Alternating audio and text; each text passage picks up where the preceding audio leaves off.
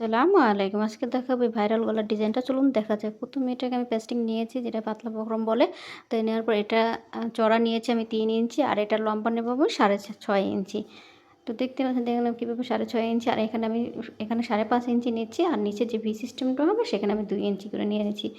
তো দেখতে পাচ্ছেন আমি কীভাবে কাটিংটা করতেছি। এটাকে আমি বক্স সিস্টেম করে গোল করে কেটে নিচ্ছি, দাগ কেটে নিচ্ছি।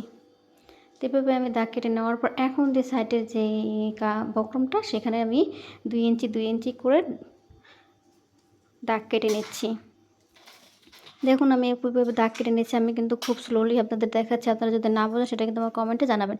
তো এভাবে দাগ কেটে নেওয়ার পর এখানে আমি একটু গোল গোল করে ঢেউ করে নিয়ে নিচ্ছি ডিজাইন করার জন্য। তো এখন এটাকে আমি পুরোটুকু কাটিং করে নেব।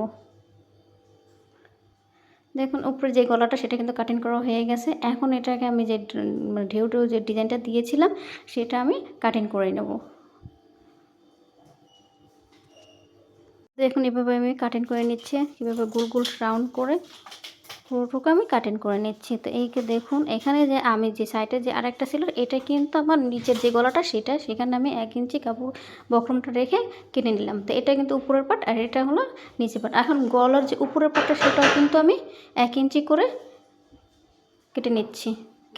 তো এভাবে আমি দেখুন কাটিং করা হয়ে গেছে। তো আমার গলাটা এরকমভাবে বসবে। তো দেখুন কীভাবে বসবে, মানে ডিজাইনটা করার পর দেখা যাবে যে কত সুন্দর হয়েছে। তো বক্রমটা এইভাবে কাটার পর এখন আমি এটা নিয়ে যাবো সেলাই করানো। তো এটা আমি কাপড়টা আয়রন করে নিয়ে 1/2 ইঞ্চি কাপড় সাইডে রেখে এটাকে আমি পুরোটুকু সেলাই করে নিচ্ছি। তো সেলাই করার পর এটা আমি কামিজের উপরে রেখে এটা যে সাইডের যে ঢেউ রাউন্ডটা সেটা আমি সেলাই করে নিচ্ছি। তো দেখুন পুরোটুকু এভাবে আমি রাউন্ড করে নিচ্ছি। আপনাদের যদি কোনো মানে কোনো জায়গায় বুঝতে অসুবিধা সেটা কিন্তু আমার কমেন্টে জানাবেন, আমি রিপ্লাই দেওয়ার চেষ্টা করব। তো এখন সেলাই করার পর 1/2 ইঞ্চি কাপড় রেখে আমি এটাকে কাটিং করে নিচ্ছি। কাটিং করার পর কোনা কোনা করে এটাকে আমি আরেকটু কাটিং করে নিচ্ছি। কাটিং করার পর এটাকে আমি সুন্দর করে উল্টিয়ে নেওয়ার পর এখানে আমি আয়রন করে নিচ্ছি। আয়রন করার পর আমি আলাদা যে কাপড়টা দেবো সেই এক কালার কাপড়টার উপর আমি যে কাপড়টা উপরে যে গলাটা সেটা কিন্তু আমি সেলাই করে নিয়েছি। তো সেলাই করার পর এটা কিন্তু ওই কাপড়ের উপরে আমি এটা বসিয়ে সেলাই করে নিলাম। তো সেলাই করার পর সেমভাবে এখানে 1/2 ইঞ্চি কাপড় রেখে এখানে আমি কাটিং করে নিচ্ছি। তো কাটিং করার পর এখানে আমি উল্টিয়ে নিয়ে নিচ্ছি। দেখুন উল্টিয়ে এখানে আমি আয়রন করার পর দেখেন এরকম হয়েছে। তা আয়রন করার পর এখন আমি যে লেসটা দেবো সেই লেসটা আমি এটার উপরে বসিয়ে দেবো। তো দেখেন এভাবে আমি পুরোটুকু লেসটা বসিয়ে দেবো।